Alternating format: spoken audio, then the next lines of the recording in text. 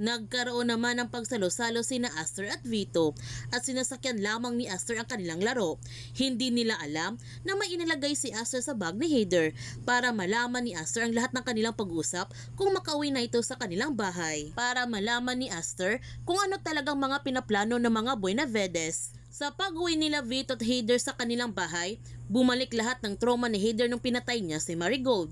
Sinabihan ni Vito ang kanyang anak na hindi niya ito pababayaan. Ang sabi ni Heather, hindi naman niya sinasadya ang pagpatay kay Marigold at pinakalmak agad ni Vito ang kanyang anak. Narinig lahat ni Aster ang kanilang pag-uusap at galit na galit si Aster sa kanyang nalaman na pinatay nila ang kanyang anak at sinusumpa ni Aster sa kanyang sarili na magbabayad silang lahat nito. Ngunit nakita naman ni Vito ang inilagay ni Aster sa bag ni Heather, kaya ngayon inutusan niya si Harry na dakpin si Aster dahil hindi pwede makulong ang kanyang anak at niloloko lamang sila ni Aster at Lavender. Sinabi naman ni Harry kay Vito na niloloko din sila ni Tyrone dahil nakipagsabuatan ito kay Lavender. Habang si Jasmine, sinabihan niya si Sandro na paano siya makakalapit sa mga Buenavedes kung hindi siya magpapanggap.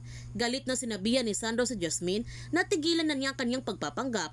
Baka nakakalimutan niya kasal si Tyrone kay Iris at anong kanyang posisyon niya sa buhay ni Tyrone. Ngunit hindi nakinig si Jasmine sa mga sinasabi ni Sandro. Ipapatuloy pa rin niya ang kanyang pagpapanggap para makakuha na siya ng ebidensya upang pabagsakin ang mga Buenavedes. Gayon pa man sa pag-imbestiga ni Harry na tungkol kay Lavender, nalaman na nga niya na si Lavender ay si Jasmine pala at ipinaalam niya ito kaagad kay Iris. Sobrang galit si Iris nung nalaman niya ang totoo na matagal na pala siyang pinapaikot ni Jasmine. Tinawagan ni Iris ang mga pulis para hulihin si Jasmine at papunta ng mga pulis sa Grand Terrace upang hulihin si Jasmine nito.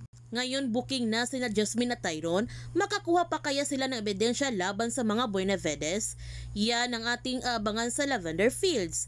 Kung bago ka pa channel ko, don't forget to like, subscribe, and click notification bell para palagi kang updated sa mga videos in-upload ko. Thank you for watching and God bless to everyone!